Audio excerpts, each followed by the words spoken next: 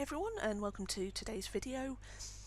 There were some technical issues on this recording. This is the first interview of its type that I've done and my webcam was frozen for most of it. I still posted the video because you can still see Ben and that's the most important part of this video. I've learnt what I need to do, so hopefully future interviews will go a little bit smoother. Hello and welcome to today's video. Today I am with BC Matthews, author of Riptide, which is an interesting book about the relationship between Mark, a part siren who craves human flesh, and the human he trusts to help control his instincts. It's a very unusual and innovative book, but it's also very, very engaging. I was not expecting to feel so much sympathy for a character that starts out the book eating somebody's heart. I didn't expect to get drawn quite so deeply into his head, which is a great thing for the book, but also is one of the reasons why I wouldn't recommend this book to everybody, because the main relationship is fairly abusive.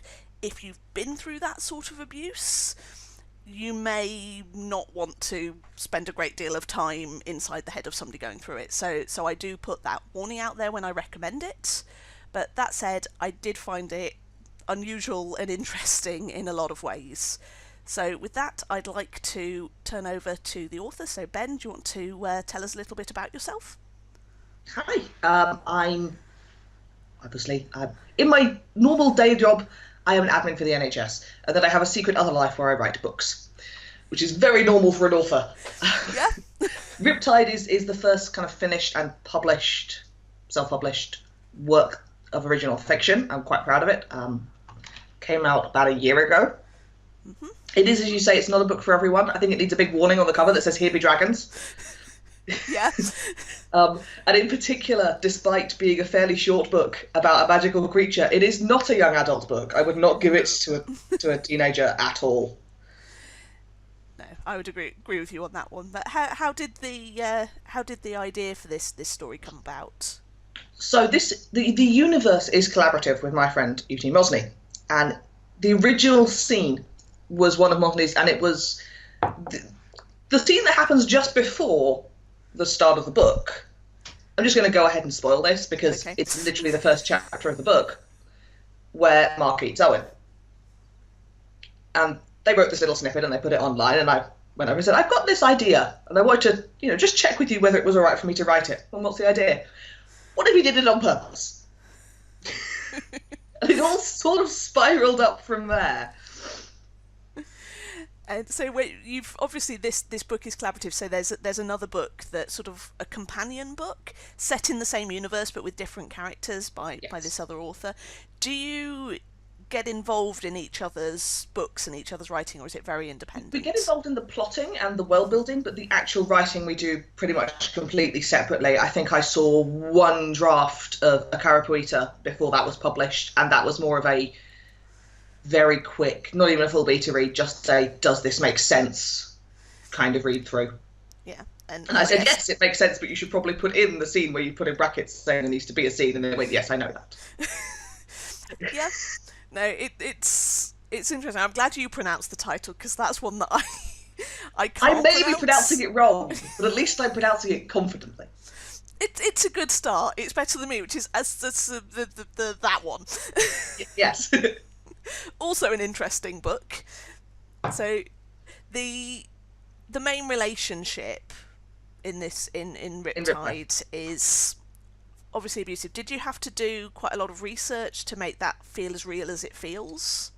Not specifically for Riptide, but I had previously done a fair bit of reading around abuse and abusive dynamics and how they form and sort of how they're sustained. So I had a fair idea what I was doing going into it. And then the way I write and the way I figure out what's going to happen is to put myself in the character's head. And in some ways, Sam is a very simple character. I mean, he's a monster.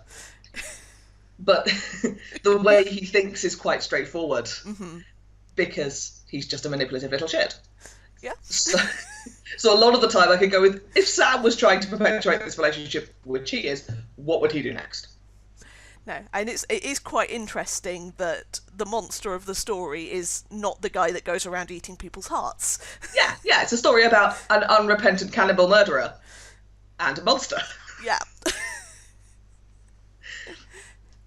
So, are there any other sort of in terms of the book? Is there a favourite moment you have? Is there something that particularly grabs you in it? So for me, a book tends to kind of grow out of a scene or two. It's like an image, literally an image, and then I'll work out how that can fit into a story and where that belongs and the plot that goes around it. And there were kind of two of those for Riptide.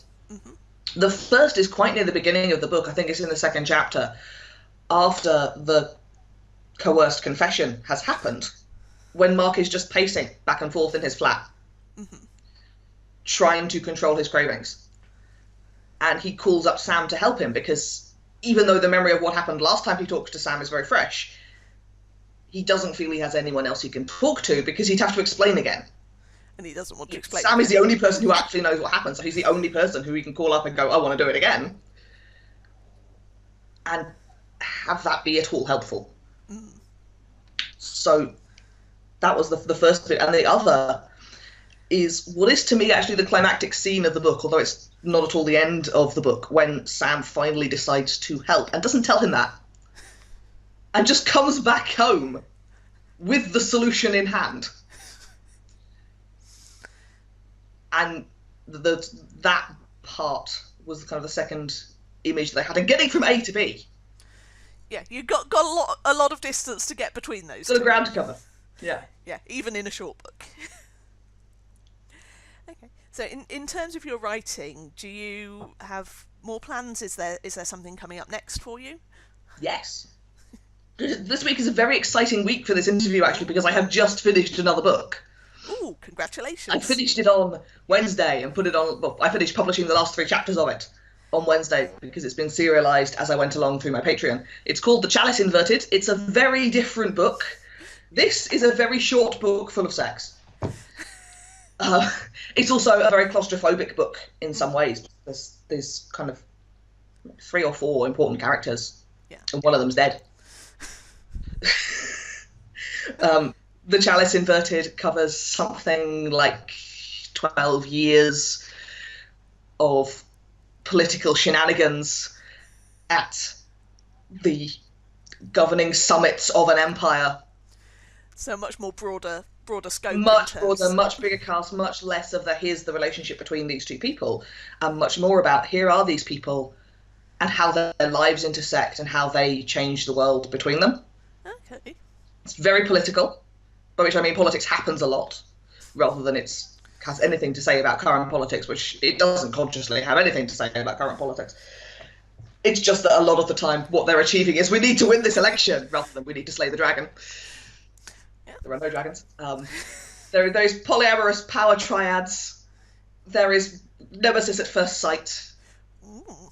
Yeah, it's a great book. I'm really proud of it. I'm really happy with it. I'm going to be publishing some kind of physical version in time for April this year because it's a tie-in book to a LARP game. But it's twice as long as Riptide and has no sex in it at all.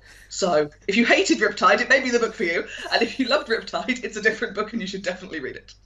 Okay. No, and if people want to find out more about your books or your writing, where should they go? They can go to my Patreon, which is at patreon.com/duckbunny. That's duck as in the bird and bunny as in the rabbit.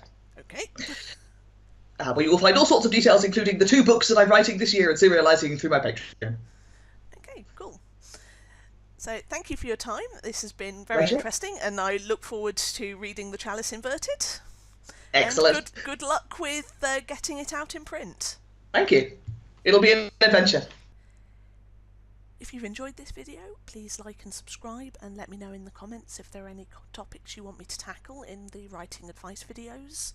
My next interview will be C.B. Lee, author of a number of books including 7 Tears at High Tide and the Sidekick Squad series.